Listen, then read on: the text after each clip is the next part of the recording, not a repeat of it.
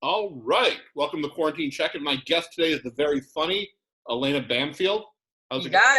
got it. How are you holding up in this time of quarantine? I'm doing pretty good. I've set up Zoom calls with comedians. That's been keeping me sane. Just having like something to look forward to. I'm off work, so I pretty much just been putting out recording solo podcasts and talking to comedians over Zoom. So Can you imagine if we didn't have this technology and we were quarantined? no, I can't. I would lose my mind. I really would. Just like, cause I mean, I'm literally just been quarantined with my roommate, so it's just been me and her, and this is the most time either of us have like just spent with each other consecutively. Well, if I had roommates, I think I would have killed one of them by now. Yeah, we're doing better than I thought we would, so that's good.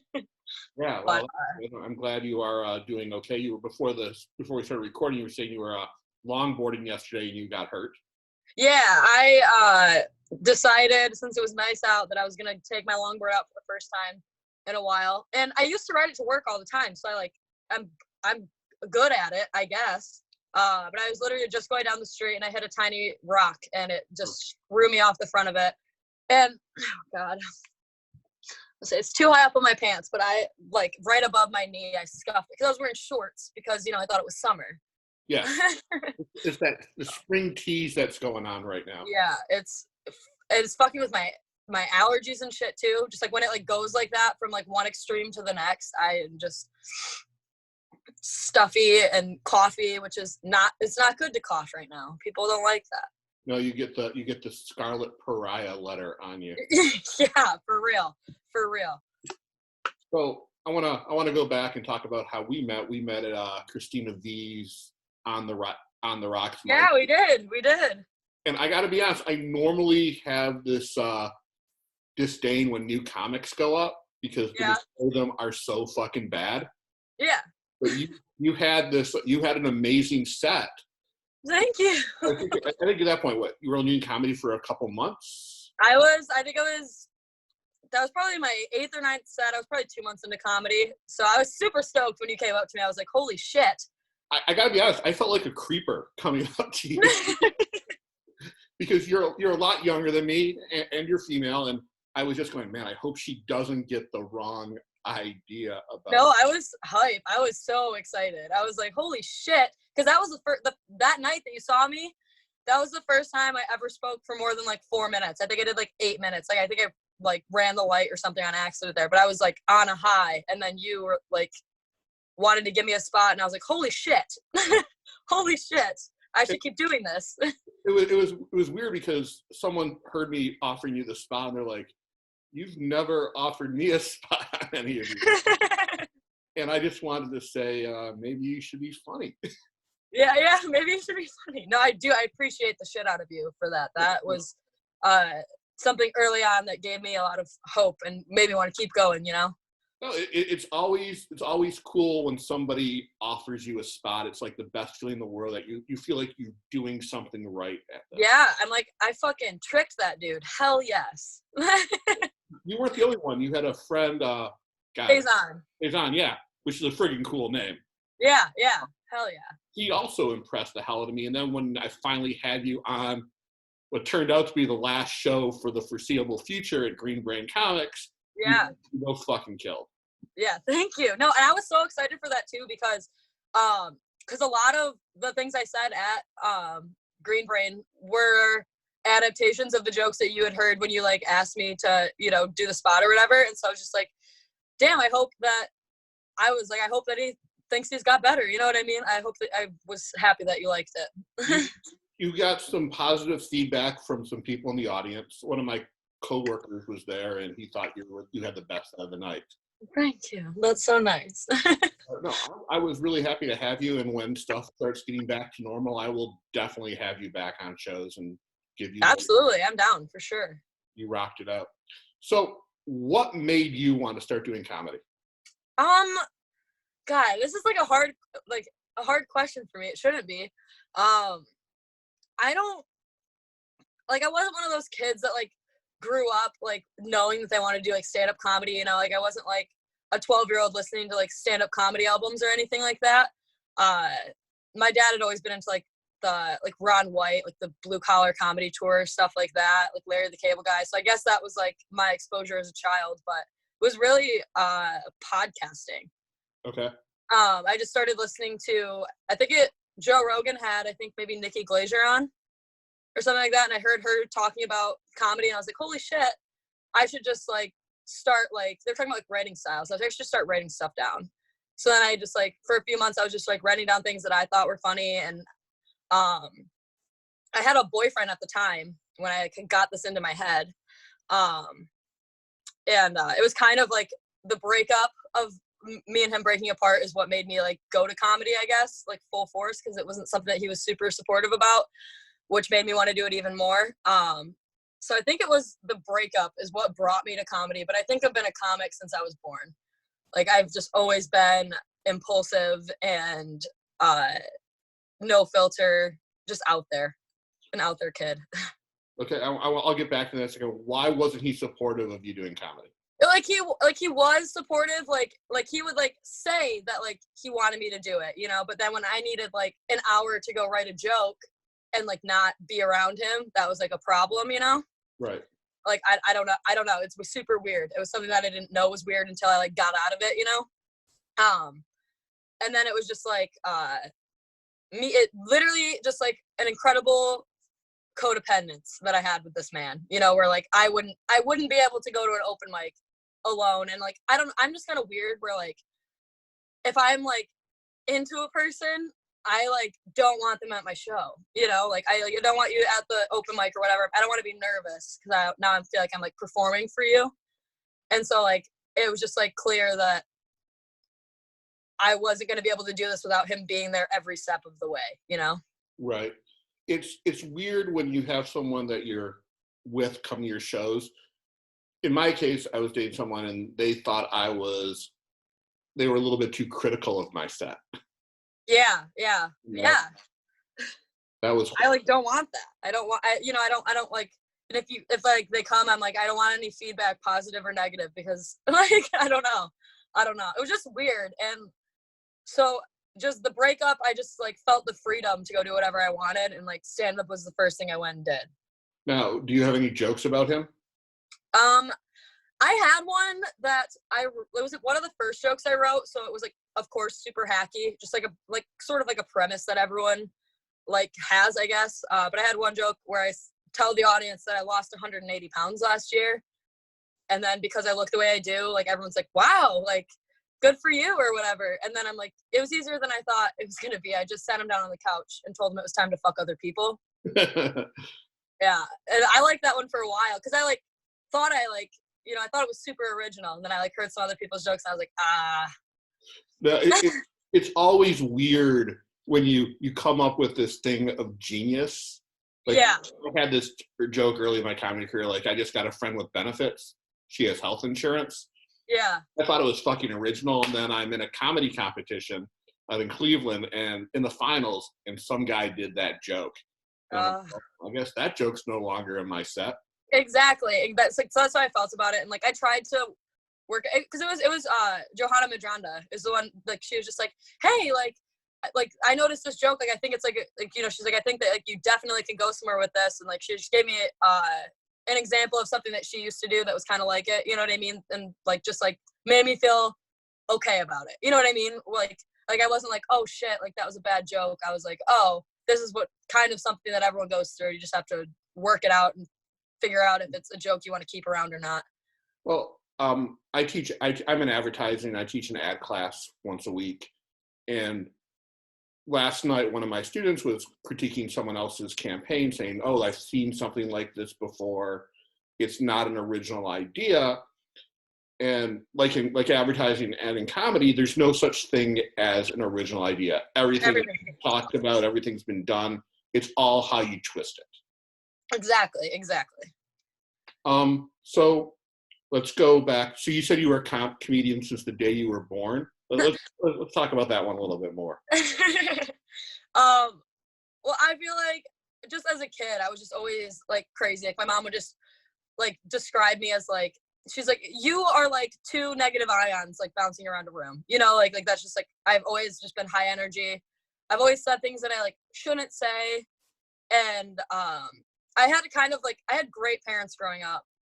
And like, not to say that you have to have some like fucked up thing to be a comedian, but it helps, you know. But my parents were great. They tried their best.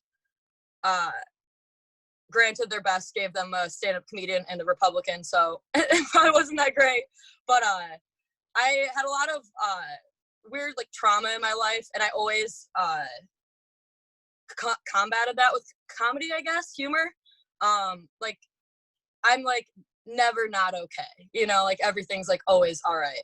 And that's just like how I've always been growing up. And I think that I'm a comic in a sense that like when terrible shit happens to me or someone else, like there's still something that I like can make a joke out of, even if it's, you know, not the right time to do that. But I just think that I've always been impulsive and crazy and like kind of like, I don't want to say an outcast because that just sounds so cliche, you know, but like I didn't like have like a huge group of friends growing up. You know, I just had like my one or two friends and we would just do like weird shit, like make videos and like in different characters, like in a completely different universe. And like, I've just always loved to do shit like that. That's cool. So you said your parents had a comedian and a Republican. Are you Yeah. not an only child? No, I have a little brother. Yeah. He's the Republican. Yes. How do you guys get along? We get along great. He's 2.5 years younger than me, and I think that's like a perfect age gap. Just especially since he's my only brother or like my only sibling that I have. So it helps that we're not like, you know, 5-6 years apart or something. But we've always got along great. He wasn't old enough to vote in the 2016 election, so so everything was fine. We'll see how it goes this year. But is he just going through a phase? No, he's a truck driving, you know, he's a welder, dip in all of it. He's MAGA through and through. That's weird. I mean, he's not necessarily MAGA, but he's definitely right wing. Well, I'm gonna tell you a MAGA story. Okay. I was doing a show up in Flushing, Michigan at a bowling alley, and there was a MAGA guy just sitting right in the front, and he didn't like anything I was saying, but there was a drunk asshole at the table next to him, and he was the only one who basically yelled, "Shut the fuck up!" Oh my god! I'm like, hell yeah! There's at least one cool Trump supporter. Yeah, isn't that weird to think about? Yep. He's out there right now, just like being cool and supporting Trump. Well, I don't know if he's cool. He probably voted for Trump, and he had cut off. His shirt was like cut off with the whatever. That's like, no, he's cool. Yeah. Yeah. But yeah, I was impressed. So I really don't get political on stage, but I decided to make that guy my fan.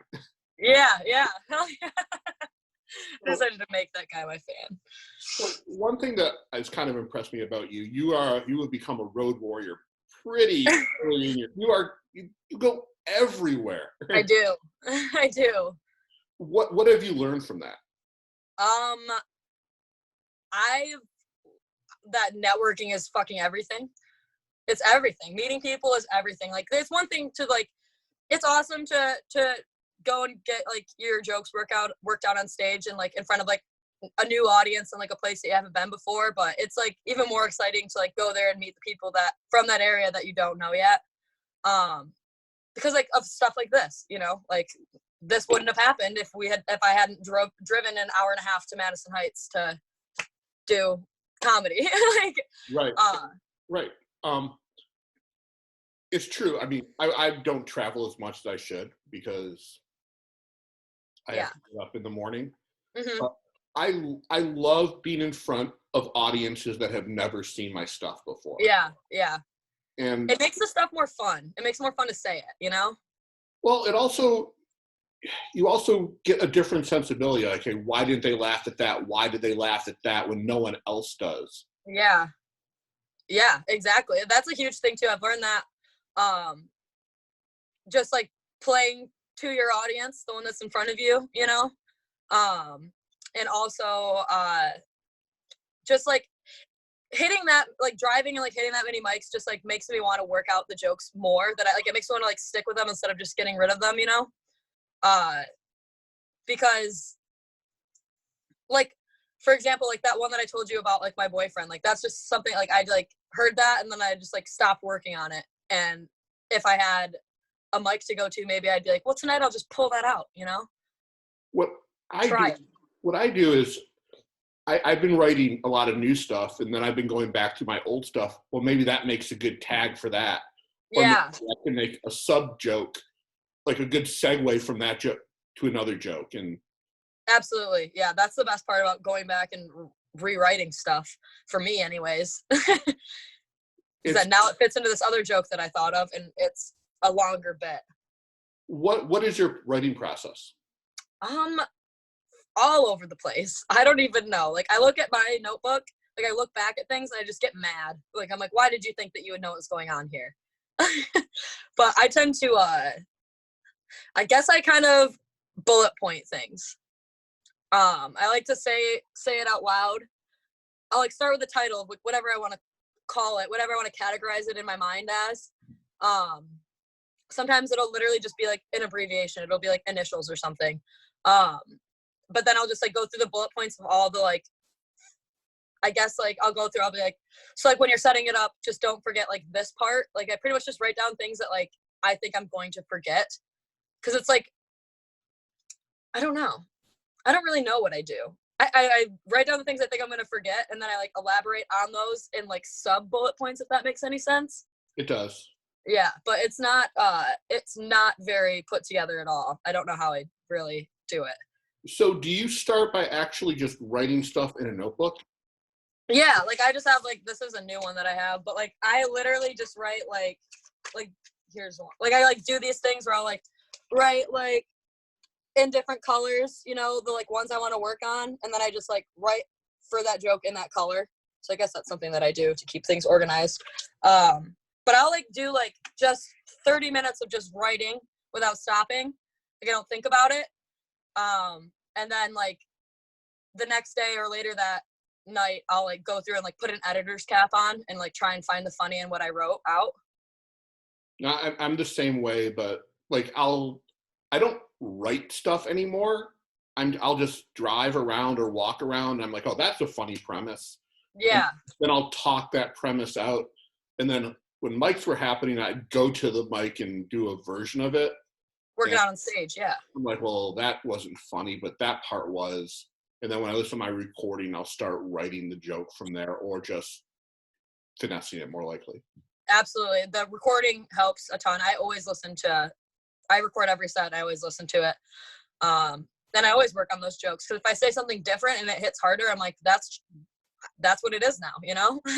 Well, jokes should always be evolving. If you're doing the same joke, it's never done, yeah. You'll get bored saying it. And I had this thought. I was doing my first festival was back when I lived in Kansas City, and my night there, I'm like, well, this is it. I'm gonna kill this set now and start working on new stuff. Yeah. And I didn't do. I just kept on doing the same stuff, because then I moved here, and I'm like, no one here has ever heard any of my shit. Yeah. Yeah. So I came out guns a-blazing in Detroit. That's awesome. Yeah, and then you have all those jokes that you've been saying and that you're comfortable with, and you can just hit them with them, and that's beautiful. Hell yeah. What has been your biggest bomb so far? God, they're all bombs, aren't they?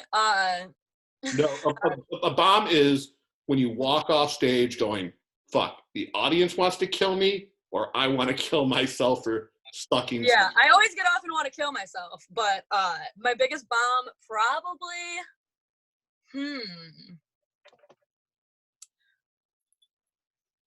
I'd have to say, God, my second set at Max. Okay.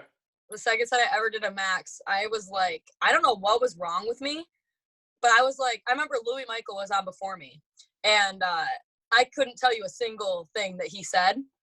Like I was like in like this weird like tunnel. I don't know if it was an anxiety attack or what, because it was like the second time that I'd been on there, and I don't know what I was nervous about, but I literally just went up there and like blackout, like don't remember what I said on stage at all. And then I just like got off and like sat down. I don't know what I don't know what I said, and I don't know really how it went, and I still haven't listened to that recording. You should listen to that recording. I'm scared too, because I don't, like my roommate was like, it wasn't as bad as like you think it was, and I was like, yeah, but like, you know, and she's like, I remember she said to me, I've never heard you say those jokes in that order, and I was like, that's because they don't go in that order. But they brought me back for a third time, so I, you know, feel better. Max is a great room. It took me a year to get on that stage. Yeah. I live right down the road, so I kind of just forced my way in and just came every Monday until they like were like, who are you? Have you done Ridley's or the showcase yet? I did Brett Hayden's Comedy Rumble was at the Ann Arbor Comedy Showcase. So that's the only time I performed there. So I did 90 seconds there. I haven't done Ridley's. You need to do Ridley's once they get their open mic back running. Do you just like submit through email? You call the week before.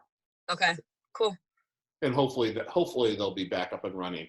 So let me ask you this, since you're a pretty new comic, how did you feel when everything shut down? Panicked a little bit.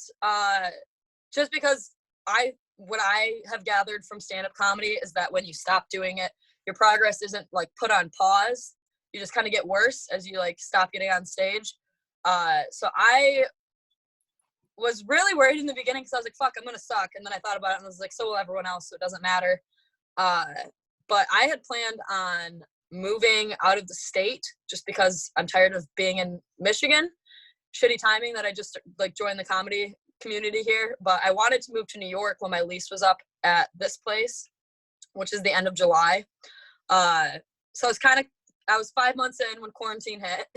I was counting on another 5 months of growth, you know, to be ready to move to New York or wherever I decided. And so yeah, that kind of sucks because now I feel like, you know, do I stay here? Do I sign another lease and just, you know, just keep building connections in this community and like doing mics around here? Or do I move in with my parents and get out of town as soon as everything opens? I don't know. I'm going to give you my advice. Okay. The quarantine has changed my opinion on everything. Okay. You should go. I should just go? You should just go. I mean, you're going to have to rebuild yourself. You'll be that small fish in the very big pond. Yeah, but I'll have to do that anyways. Yeah, but here's the thing. Life is fucking short. Yeah. I mean, if you obviously have something. You're talented. You're funny. Go see how far this can take you. You won't regret it. Yeah, yeah, you're right. I won't regret it because either way, it's not like I can't come back, you know, if I decide I want to. So I probably will do that. I'm just worried about now I have to live with, you know, do I live with my parents until this blows over? When will this blow over? You know, that's good. That's the difficult thing.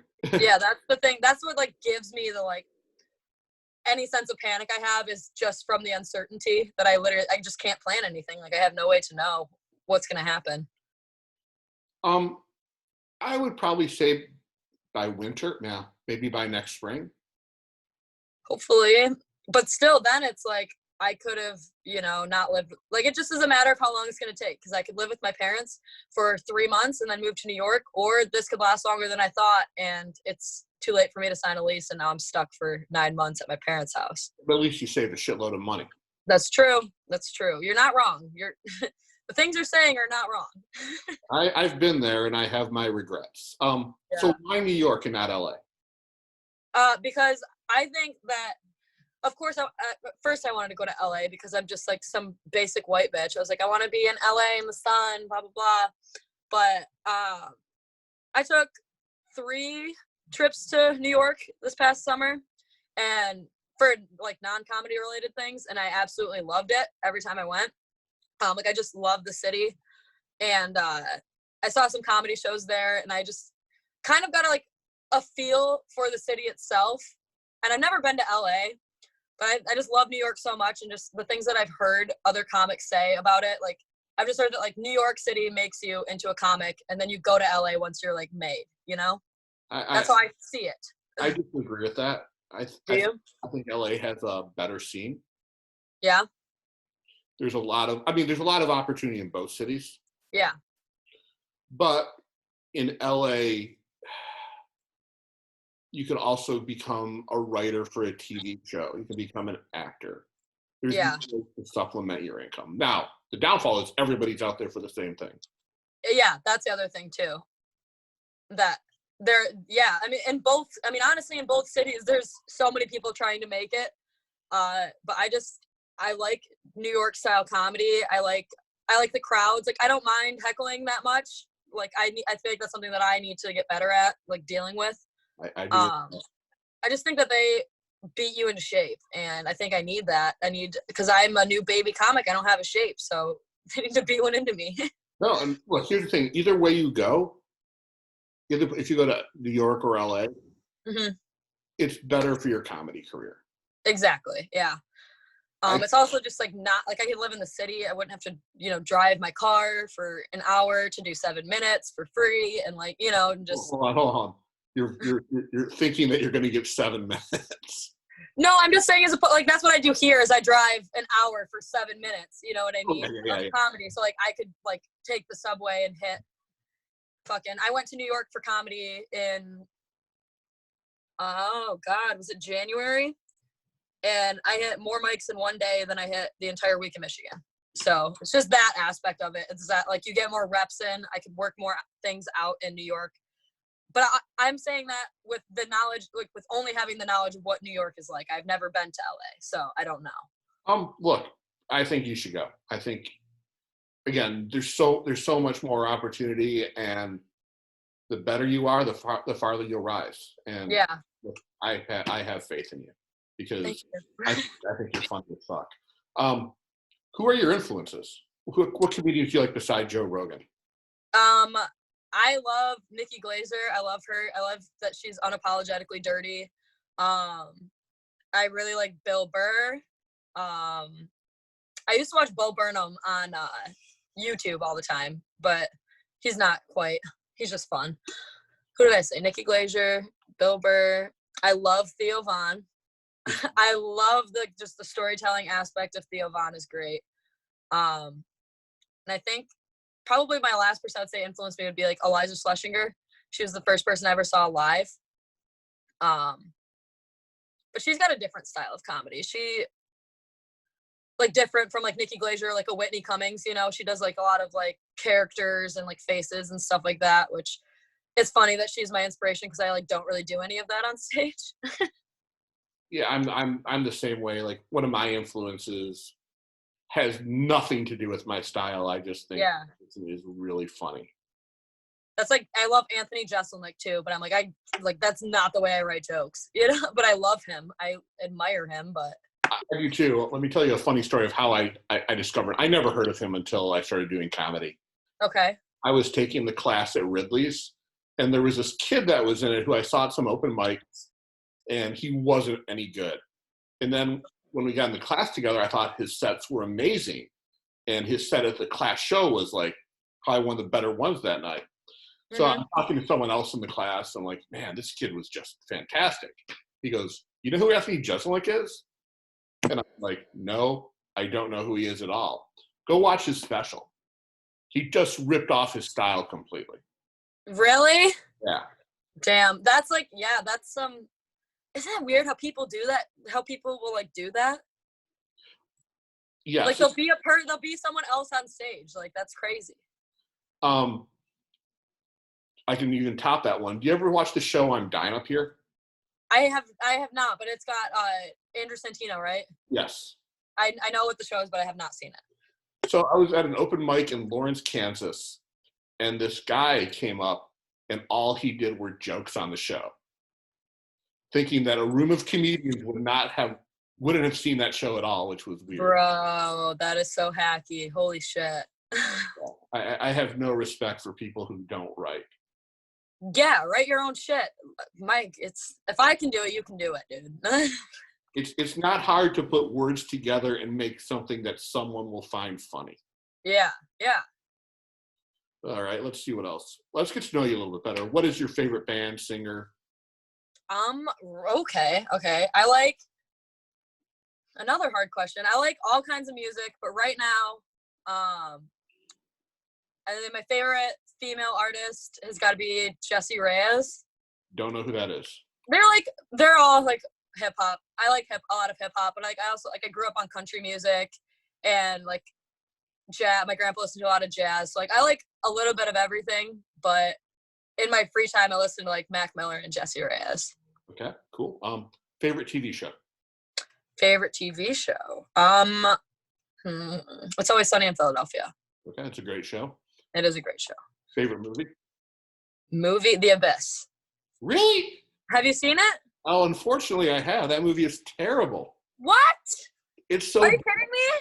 No, it's one of the most boring pieces of film that I loved every second of the 3-hour movie. I thought it was great. I like The Abyss. I'm not a fan of James Cameron, except I can do The Godfather if that makes you feel better. That's a good movie, but no, The Abyss. Ugh. Ugh. All right. If you could do anything in the world beside comedy, what would it be? Like a job, or just like if I could do anything? Anything. I mean, I would want to fly for sure. Does it have to be realistic? No. Okay. Flying. I would want to fly. As a kid, I always wanted to fly, but then I realized I would get bugs in my teeth. And they I didn't know about that. never talk about that in Superman. They don't. And your hair would be really messed up. It would. Maybe I wouldn't want to fly, but okay. I'll answer a serious one. If I could be anything other than a comedian, I would be a trophy wife. I'm just kidding. I just want to be a trophy wife. I just want to sit at home while my husband goes to work. I don't know. I've never had something that I wanted to do other than comedy. Like, I think I jumped on comedy because I never felt a calling before. Like, I just like working at an insurance company, hating my life. Like, is this the next 50 years? Well, it can't be. It can't be. If it is, you will end up like some of the people protesting in Operation Gridlock. But they're so angry that they can't get a haircut. I know. I live right by. I can see the Capitol from my window, and so that day gave me a headache. It was just from 8 a.m. till 7 at night. People are honking their horns outside my window. It was ridiculous. I would have gone into a rage. I literally had to like try and nap because I was like, I'm like mad. Like I was just like sitting in my house mad because what am I gonna do? You can't leave. There's nothing I can do to tell them how stupid they are. So I guess I'll just sit in my house and protest this way. Well, you're saving lives. We're heroes. We're all heroes now. We should get medals. Fucking should. What was your worst job in high school? Worst job at Culver's. I worked at Culver's. Is it true they have a better Butterburger? They do. They have amazing food there. And because they make their food the way they do, I hated working there because everything's made to order. So like if you just order a hamburger, you're literally just going to get a bun and a burger. So like I have to like put in everything that everyone wants on their sandwiches. I just remember this one, like just literally this man was being so rude to me. He was just rambling off his order. And then I was like, okay, and what would you like on that first burger? And then what do you want on the second burger? And he's like, I shouldn't have to fucking repeat myself. Like, this is ridiculous and all this shit. And I was just like, maybe you shouldn't get 12 hamburgers. Like, I don't know. Crazy. I hated that. I hated fast food. That's a lot of hamburgers. Wow. And I am so nice to fast food workers now. I think everyone should have to work in it. I worked at McDonald's for 4.5 hours. 4.5 hours? Yeah. What happened? At that point in time, McDonald's had the way you had to tie the garbage, which wasn't the way I learned how to tie the garbage at home. Yeah. I'm like, I can't learn something new. This is what you do. Yeah. And I got yelled at, and I'm like, I can't do this. I can't do this. I can't work at McDonald's. Yeah. And yeah, I can't work at McDonald's and have someone on my back about the fucking trash. Like, Yeah. It's not like there's going to be an inspector come from headquarters going, oh man, someone didn't tie the trash correctly. yeah, it's going in the dumpster, bro. Yeah, it was fucked up. So you're a pretty dirty comic. Has anyone ever said maybe you should clean your act up? Not to my face. Not to my face. No, I've heard. I mean, no, my mom. But other than that, Have your parents come to see you? no, I haven't really let them. I don't really let them know where I'm gonna be at. But I will, like, if I have a good set, I'll send my recording to like my mom, so she can listen to it. And I have like a couple good like actual videos of me on stage that like they've seen. But it's like the same thing where like I don't want to take like my significant other. It's like the same with my parents where I'm just like weird. Like, I don't know. Well, it's probably for the best. Yeah, no, it is. It's yeah. Like my grandma wanted to come, and I was like, I'm gonna talk about foreskin, grandma. Like, I don't need you stroking out in the middle of my set. As dirty as you are, I got to open kind of for a porn star comedian. Okay. And she lived in LA, but she was from there, and she from Kansas City. And she brought her whole family, including her grandma. Oh man. And I was like, this is going to be awesome because I am going to stare at the grandmother the entire time she's doing her set.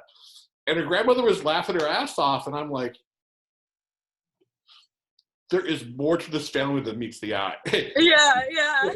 No grandmother, mom, and dad should be proud that their daughter was the top MILF actress of 2016. Oh my god, that is so funny. The top MILF actress of 2016. What a prestigious title. And what are you talking about? They should be proud. She was like 28. That's too young. She was the top one. She was number one. That's too young to be a MILF. Yeah, that's true. Because hey, as long as you're a mother for life. I went home and went out to the Pornhub that night and watched one of her scenes. Actually, watched the setup. And only the setup. Only the setup, because I know what's going to happen the rest of it. Yeah, I get it. Jeez. But, her son's friend came over, and they looked like they were 3 years apart. Yeah. And I'm like, all believability is gone. Yeah. Fucking the audacity to put these two actors in front of me and tell me that one of them is a mother. Yeah. And that she probably had a baby at 3 years old. To have this child. In my head. Then it just grosses me out. Yeah. Now I feel weird in my own house. Now I can't watch porn anymore. Thank you, MILF actress of 2016. I don't remember her name, otherwise I would say it. Otherwise I would say it. I would out her. Yeah. But it's funny, like we were talking after the show, and she opened up to me, and I'm like, well, that's not the way I was hoping you'd open up to me. And Did she laugh? She laughed and gave me the fake slap. Yeah. I'm like, well, I'll take what I can get. So this has been awesome. I close every episode out by reading a Craigslist misconnection. Okay. And if you can crack a joke on it, that would be awesome. Okay. Let me find the right one for you.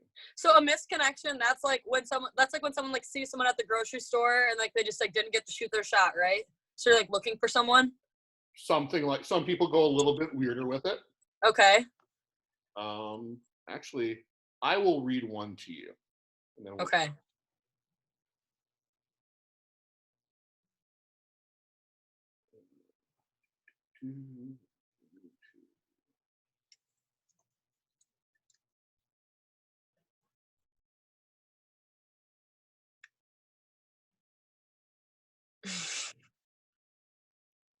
I take a lot of screenshots.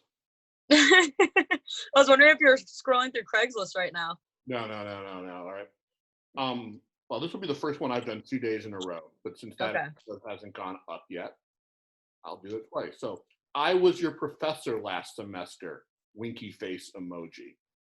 And yes, I saw how you looked at me all the time. And yes, I remember the day you sat in the front row in a skirt and made sure to accidentally open your legs a few times so I could see your white panties. So now that I'm not your professor, maybe we should grab a drink sometime soon, question mark. If you're not 21 and or don't have a fake, we can do something else. I'll be waiting to hear from you, my sexy student. There are some things I'd love to teach you. Devil emoji.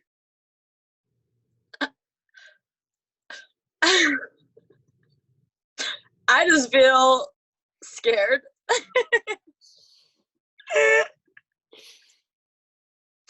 Oh my god. So this guy was this girl's professor and he's just trying to figure out where she's at if she wants to get a drink? Yeah, he's gone out in Craigslist misconnections. So he's done all the creepy things he can do besides remembering her name and doing an internet search. That what concerns me is that he doesn't care if she's under 21 as and encouraging the irresponsibility of having a fake ID. Yeah. Oh my god, he doesn't care. Oh my god, that's crazy. That's real. That's real. Now, That's I will real. admit, I've made a few of these up where I've actually posted them on Craigslist. Yeah. See the reaction I get. But sometimes I find things where my imagination doesn't go. Yeah. That's crazy. Is that so? Is this like in Michigan? Now, that one's out of Chicago. Okay, good. I actually That was scary. What the hell?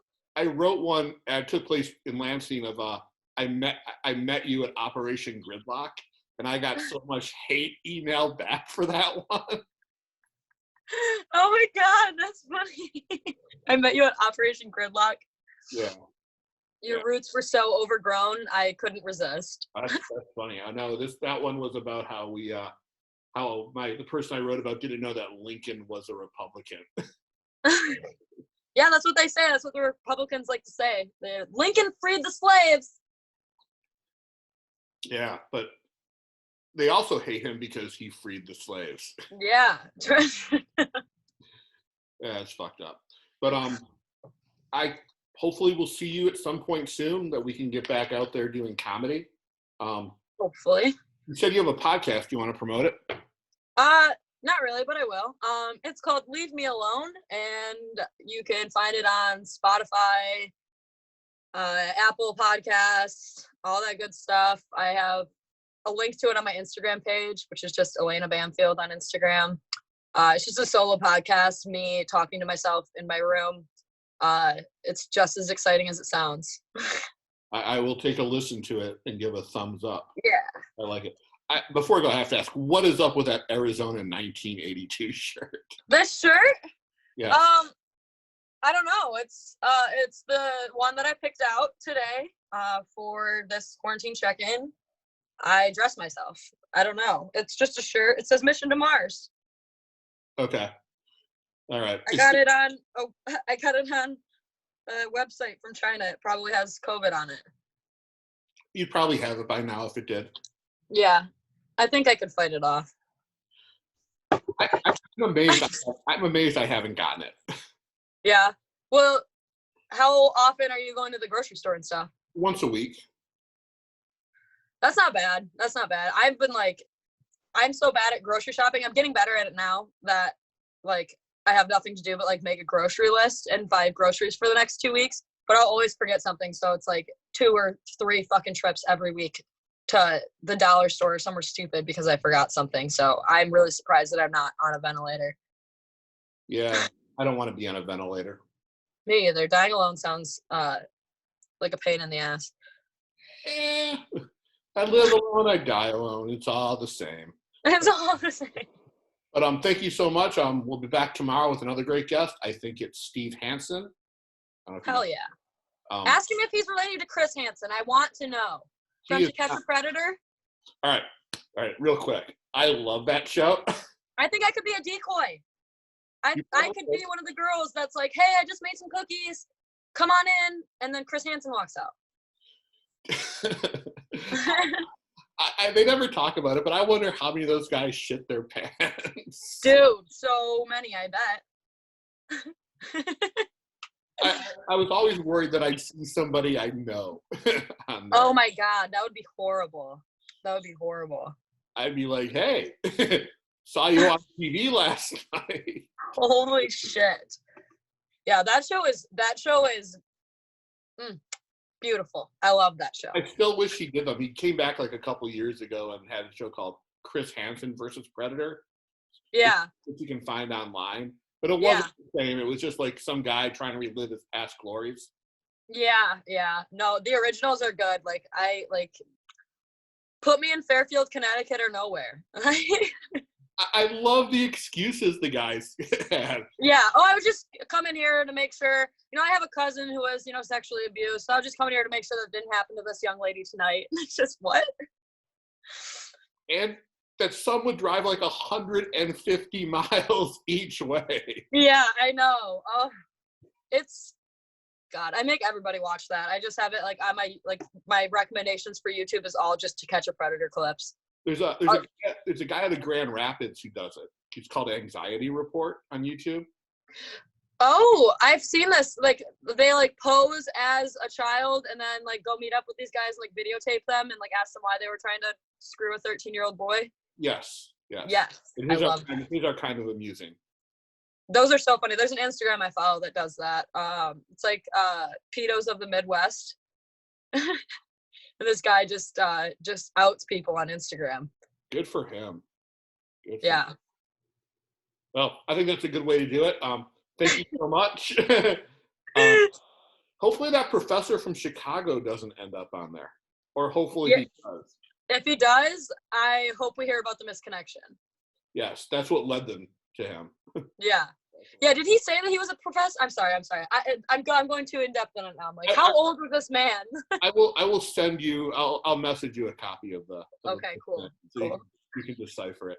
Thank you so much, and hopefully I'll see you soon. And stay safe. Yes, thank you so much. You're welcome. Bye. Bye.